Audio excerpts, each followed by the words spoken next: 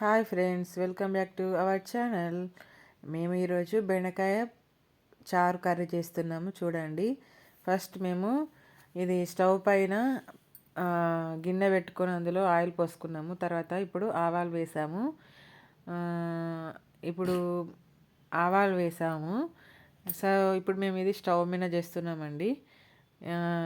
అయితే మనకి వెనకటి కాలంలో పొయ్యి మీద వండేవాళ్ళు. అది ఆరోగ్యానికి మంచిది. కానీ మనం మారుతున్న కొద్దీ ఏం చేసామంటే స్టవ్ మీద వంట చేయడం అలవాటు చేసుకున్నాము. సో కానీ ఇప్పుడు మేము ఆయిల్ వేసాము. ఆవాలు వేసింది మా అమ్మ. ఆవాలు వేసిన తర్వాత ఇప్పుడు ఈ పచ్చిమిర్చి, ఉల్లిగడ్డ, పసుపు కూడా అందులోనే వేసేసింది. అన్నీ ఒకటేసారి వేసేసింది. అలా వేసిన తర్వాత ఇప్పుడు లాస్ట్ అంతా మొత్తం అన్నీ వేసేసిన తర్వాత మనం ఫస్ట్ చింతపండు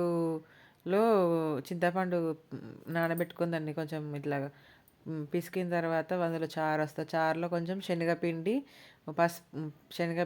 ఉప్పు, కారం రెండు కలిపి నీళ్ళలాగా చేసుకొని దాన్ని ఆ చారులో పోసుకోవాలి. ఎందుకంటే మనం పల్లీలు కానీ లేదంటే నువ్వుల పిండి కానీ వేసుకోవచ్చు. కానీ మా దగ్గర ఈరోజు నువ్వులు ప్లస్ పల్లీల పొడి లేదు. అందుకోసం అని చెప్పి మేము చారు చిక్కగా రావడానికి కోసం అని చెప్పేసి శనగపిండిని వాటర్లో కలిపి ఈ చింతపండు పులుసులో కలుపుకున్నాము.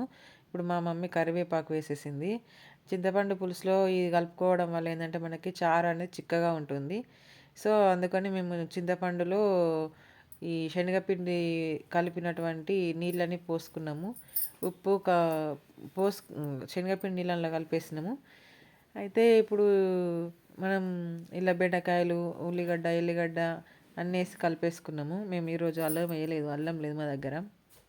అయితే మన ఇంట్లో ఎప్పుడైనా కూరగాయలు లేనప్పుడు కూడా మనము ఈ ఓన్లీ ఆనియన్ ప్లస్ మిర్చి, ఈ చింతపండు రసంలో ఈ శనగపిండి కలిపి మనం చేసుకుంటే చాలా బాగుంటుంది. ఎండుమిర్చి వేసుకోవాలి. అలా వేసుకుంటే మనకి ఇంట్లో ఏం వెజిటేబుల్స్ లేనప్పుడు అలా వేసుకుంటే బాగుంటుంది. కానీ ఇప్పుడు మేము ఇందులో బెండకాయ పులుసు కాబట్టి బాగానే ఉంటుంది. అయితే మనం బెండకాయ పులుసు పెట్టుకున్నప్పుడు నువ్వులు, జీలకర్ర, మెంతులు ఈ మూడింటిని కలిపి వేయించుకోవాలి. కొన్ని కొత్తిమీరలు ఈ నాలుగింటిని కలిపి మనం ఆయిల్లో వేయించుకొని తర్వాత మిక్సీ పట్టుకొని దాన్ని మనం బెండకాయ పులుసులో వేసుకుంటే టేస్ట్ చాలా బాగుంటుంది. కానీ ప్రజెంట్ మేము అది అలా చేయలేదు. మేము అలా చేయకుండా ఏం చేసామంటే ఇప్పుడు ఓన్లీ చింతపండు రసంలో మేము శనగపిండి వాటర్ కలిపి పోసుకున్నాము చిక్కగా రావడం కోసమని. ఇప్పుడు అంతసేపు మనకి ఇది బెండకాయలు అన్నీ ఇట్లా కొద్దిసేపు ఉడకాలి అని చెప్పి ఆయిల్లో అలా ఉడికిస్తున్నాము.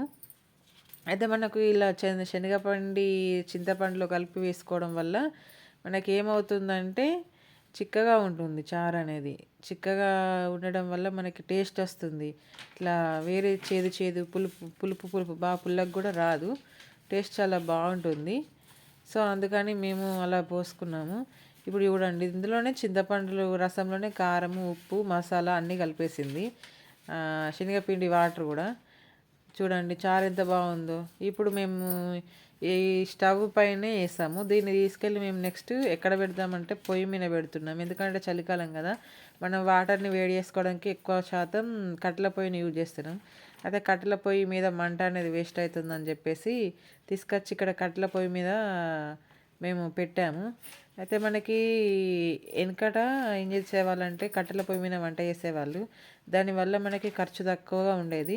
కానీ ప్రజెంట్ ఏం చేస్తున్నామంటే మనం కట్టెల పొయ్యికి బదులు స్టవ్ని యూజ్ చేస్తున్నాం. అంటే హెచ్పి గ్యాస్ కానీ ఇట్లా సిలిండర్స్ని యూజ్ చేస్తున్నాం కదా.